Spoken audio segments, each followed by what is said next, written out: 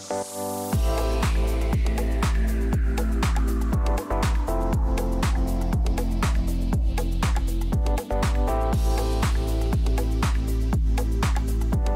tout le monde, j'espère que vous allez bien. Quant à moi, je suis ravie de vous retrouver pour une nouvelle vidéo. Ça faisait une petite semaine que je n'avais pas fait de vidéo puisque j'étais en vacances. Je vous ai fait un petit message.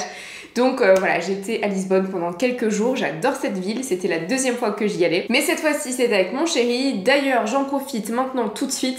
Si tu veux voir les photos de mes vacances, voir un petit peu ce que j'ai fait, mes bons plans, mes bonnes adresses, si jamais tu comptes te rendre dans cette ville, n'hésite pas à me suivre sur Instagram. J'ai fait pas mal de looks, pas mal de photos et je vous ai mis vraiment toute une liste de bons plans pour là-bas. Donc n'hésite pas à me rejoindre sur Instagram.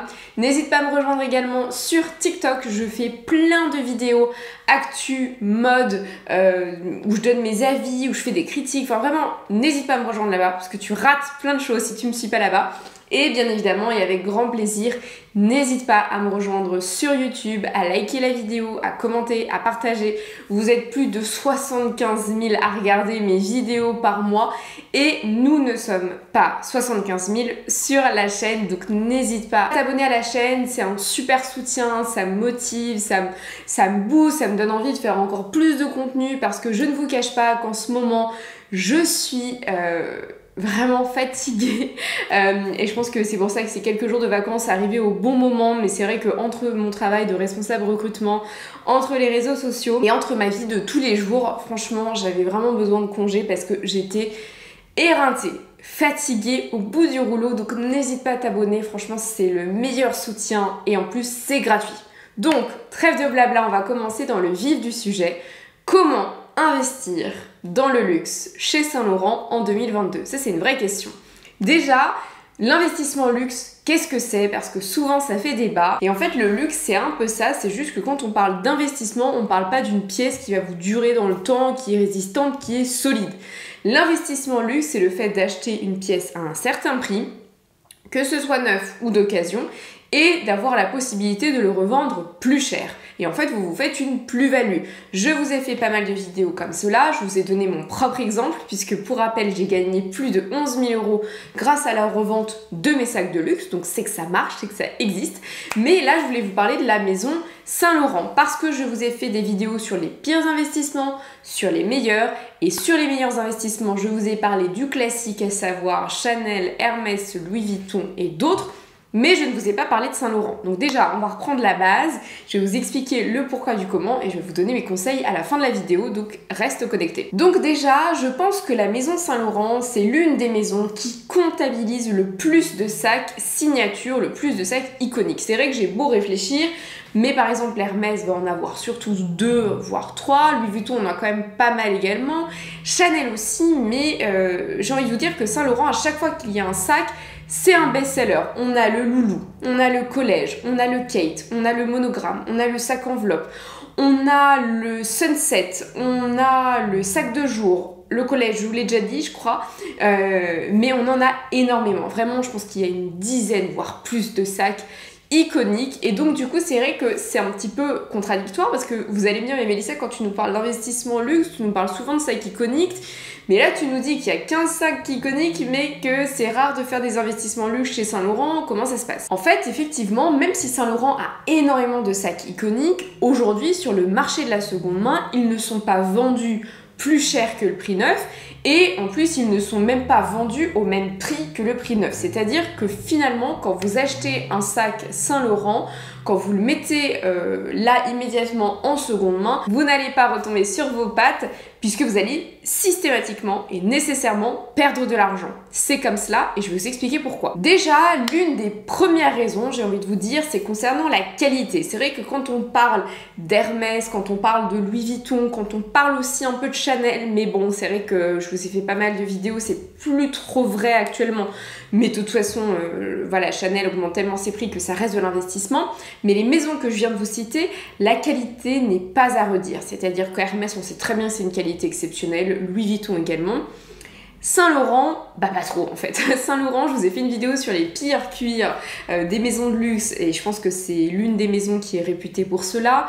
Je vous invite à regarder les différentes annonces en seconde main, même sur des pièces jamais portées, même sur des pièces neuves, vous allez voir petites éraflures, petites traces, petites décolorations. C'est quasiment systématique, ce n'est pas de la très bonne qualité. Déjà parce que la sélection du cuir n'est pas tout à fait parfaite, on n'est pas forcément sur du cuir pleine fleur, on n'est pas nécessairement sur du cuir de bonne qualité, et donc du coup on est sur des sacs qui vieillissent très mal, et même quand il n'est pas très vieux le sac. Donc déjà c'est l'une des raisons, c'est-à-dire qu'aujourd'hui l'investissement luxe il marche quand la qualité elle est là, quand on sait que ce sac là dans 10 ans on peut le revendre et il sera quasiment parfait, ou même s'il a des imperfections, ça sera joli et ça ira avec le sac. Par exemple Louis Vuitton, un sac qui s'abîme c'est très beau, un sac Hermès abîmé aussi ça peut être très joli. Un sac Saint-Laurent, bah pas trop, sachant qu'on est souvent sur des cuirs qui ont subi du traitement, que ce soit du grainage, que ce soit une finition vernie, etc. Bah ça pour le coup c'est pas très joli.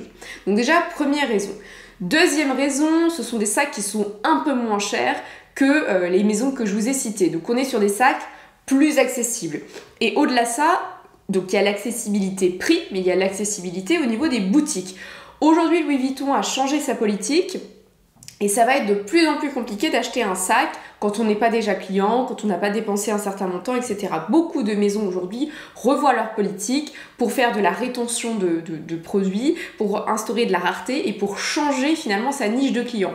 Saint-Laurent, pas du tout. Saint-Laurent, on voit ces sacs partout. Ils ne sont pas du tout rares, ils sont très facilement accessibles, ils sont très facilement achetables et du coup, il y en a énormément en seconde main. À chaque fois, je vais avoir plus de 1000 résultats sur un des modèles de sac. Donc du coup, quand il y en a beaucoup, c'est le système de l'offre et de la demande. Quand il y a énormément d'offres, eh bien c'est la demande finalement qui est maître du jeu et du coup on peut faire des demandes de négociation prix et que ce soit accepté. Je l'ai fait juste avant la vidéo, juste comme ça pour voir.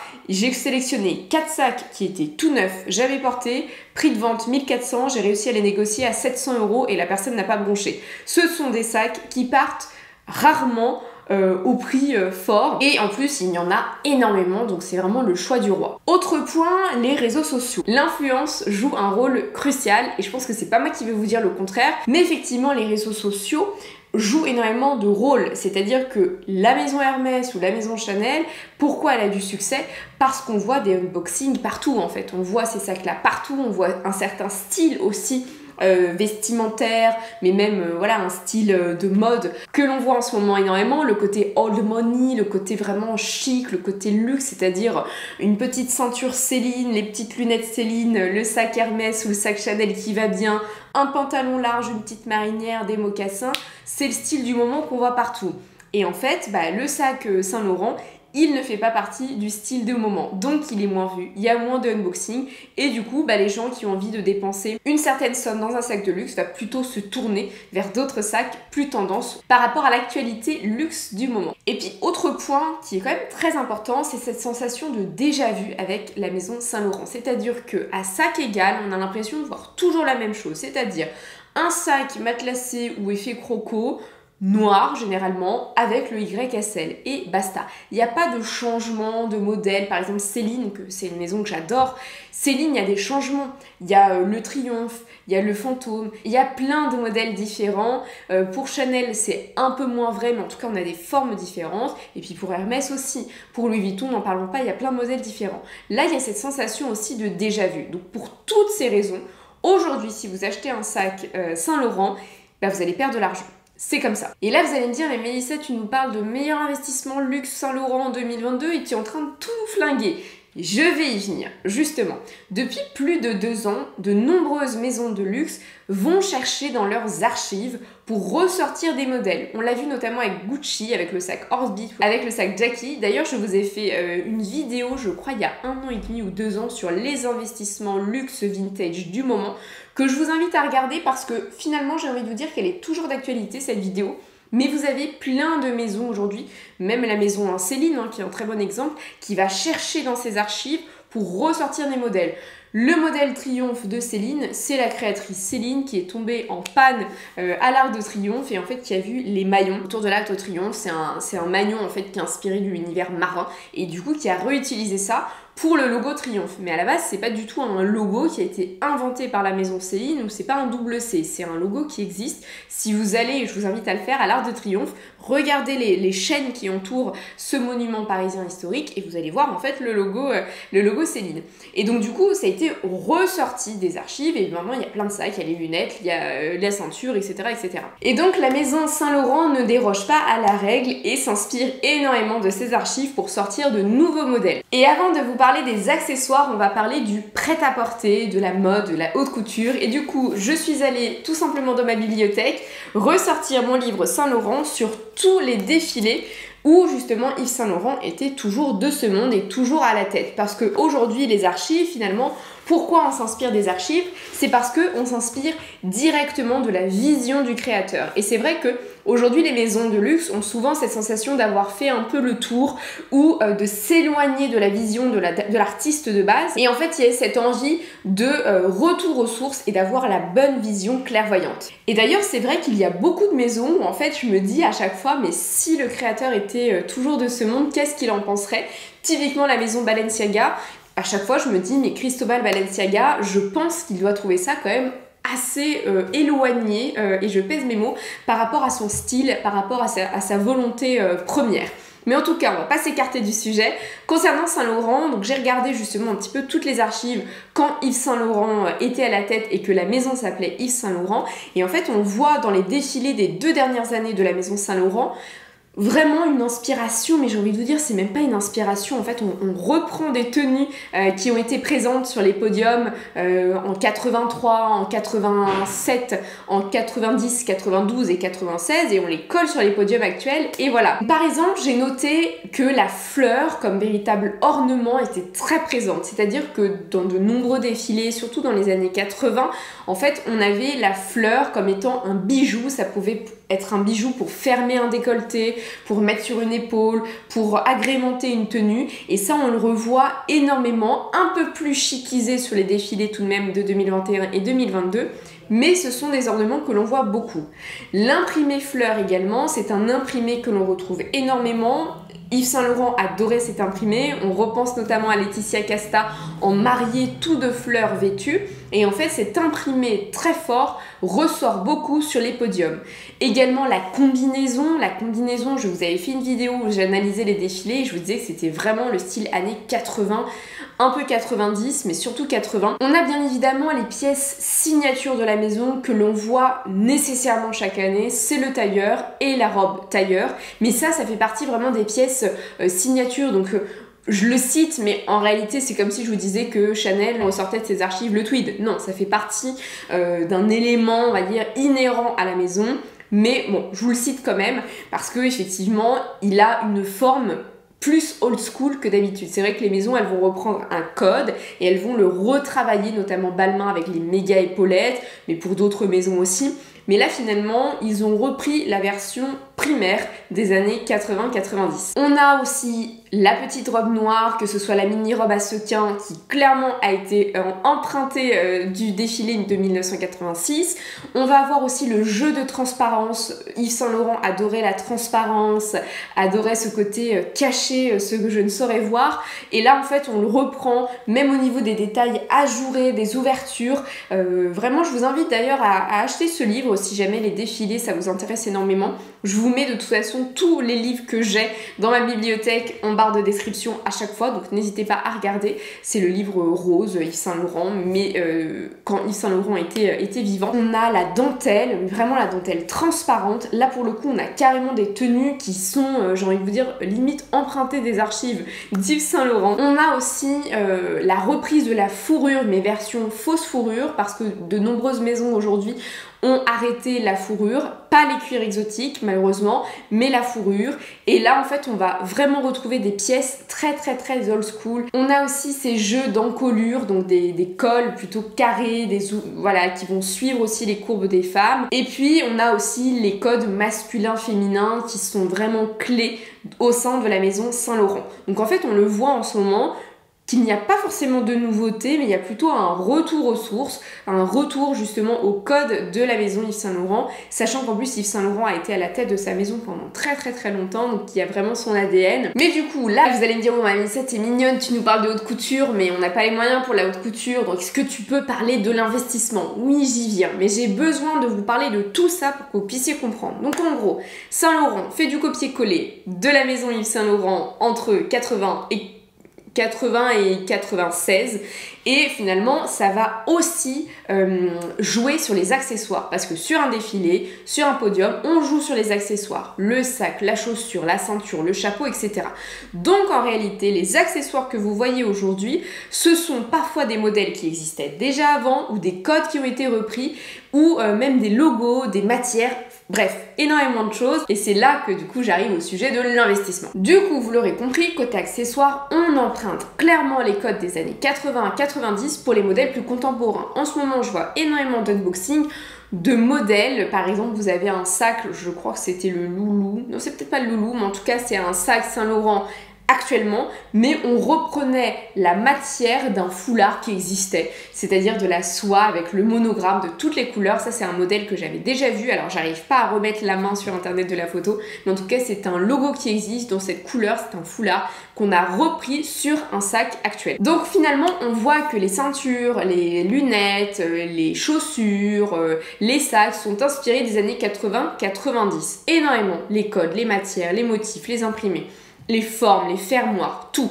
Sauf que, et c'est là que je vous parle d'investissement luxe, avant une certaine époque, donc pendant l'époque où Yves Saint Laurent était là, eh bien la maison s'appelait Yves Saint Laurent et pas Saint Laurent. Et la maison Yves Saint Laurent, les sacs, les ceintures, les lunettes, toutes les pièces qui sont nommées Yves Saint Laurent et pas Saint Laurent, c'est pas la même chose, enfin c'est la même maison mais c'est pas la même époque, et bien ces pièces-là sont vendues en seconde main au rabais. C'est tombé en désuétude, plus personne n'en veut, parce que c'est pas tendance, parce que c'est pas moderne, parce que c'est vieux, parce que ça fait sac pas cher, etc. Sauf qu'en fait aujourd'hui, la maison Saint Laurent s'inspire de ces anciens modèles et on fait du copier-coller. Donc pourquoi allez-vous vous casser la tête à payer aujourd'hui, à laver les villages, même en boutique, des pièces à 1400, 1500 € alors qu'il existe le dupe parfait de la même maison, mais de quelques années en arrière, et vendu au rabais. Je vous prends mon exemple personnel. J'ai acheté un blazer Missoni, bref, il y a des notes de rouge. Je voulais un sac rouge, sauf que c'est vrai que je porte pas trop de sacs de couleur, en tout cas pas rouge. Et j'avais vu un sac qui s'appelle le 61 de la maison Saint Laurent. Le sac 61 s'inspire d'un sac qui a été créé en 1961. Et en fait, le sac 61 s'inspire d'un sac justement avec des vraiment très vintage, donc des années 1961, avec le logo très ancien. Et d'ailleurs, j'ai fait un unboxing sur TikTok et quelqu'un m'a dit « Oh là là, ça ressemble à une vanity que tu as eu chez Sephora pour l'achat d'un parfum. » Mais parce que c'est le modèle vintage en fait. La mode vintage revient à la mode, et ben du coup, oui, ça fait peut-être penser à une vanity, mais ça revient aujourd'hui à la mode. Donc le 61 coûte 1400 €, et moi j'ai acheté ce sac-là avec le même logo, le même détail, les mêmes matières. Je l'ai acheté un peu plus de 100 €, je crois que j'ai payé 110 € sur Vinted. C'est un authentique. Là actuellement il est en spa parce qu'il y avait quelques petites traces que j'ai fait enlever chez le cordonnier. Donc, je vous montrerai prochainement. Et pareil, j'ai acheté une ceinture 30 € Yves Saint Laurent rouge. On a exactement la même actuellement sur le site internet à 600 € je crois. Et pareil, je l'ai emmené en réparation parce qu'à l'intérieur ça s'est frité un petit peu. Donc pourquoi mon conseil investissement luxe? Pourquoi cette vidéo? Parce que si vous voulez investir dans le luxe chez Saint Laurent, achetez des pièces vintage, mais pas n'importe lesquelles. Pas les pièces vintage où il n'y a pas le logo. Achetez les pièces où il y a le logo YSL et avec des formes qui reviennent à la mode, parce que regardez sur le site internet côté accessoires, mais au niveau des fermoirs, au niveau des ouvertures, ce sont les modèles où en quelques clics j'ai trouvé la même chose sur Vinted, sur Vestiaire Collective à 100, 200 €, 300 € maximum, et aujourd'hui c'est vendu plus de 1000 €, voire plus cher. Donc c'est ça mon conseil, c'est vraiment actuellement chez Saint Laurent, c'est une affaire à suivre. Regardez ce qui se fait parce qu'ils sortent que de l'ancien alors que l'ancien il existe déjà et il est vendu au rabais parce que plus personne n'en veut. Au-delà de ça, je vous parlais de la qualité justement. Mon sac que j'ai acheté où tout le monde dit que ça ressemble à une vanity, je l'ai acheté donc 110 €, mais d'une qualité exceptionnelle. Il y avait juste 2 petites traces que je fais enlever, ces 2 petites traces de stylo bille. Mon cordonnier, il me connaît, je sais qu'il va me faire ça bien. Mais en réalité, le sac était ultra praticable. Il était de super bonne qualité, les détails dorés ne s'étaient pas oxydés, alors que en introduction de la vidéo, je vous ai dit attention à la qualité Saint-Laurent, c'est pas fou. Mais la qualité Yves Saint-Laurent était très bonne parce qu'on sait très bien qu'à l'époque, il y a plus de... oui, on est quoi? On est en 2020, oui, il y a plus de 30 ans, la qualité n'avait rien à voir, la production n'avait rien à voir, il n'y avait pas tout ce système de mondialisation aussi rapide. Du coup, on était principalement sur du Made in France et c'était plutôt très très bien fait. Donc achetez du seconde main et vous verrez que vous pourrez le revendre plus cher dans quelques temps.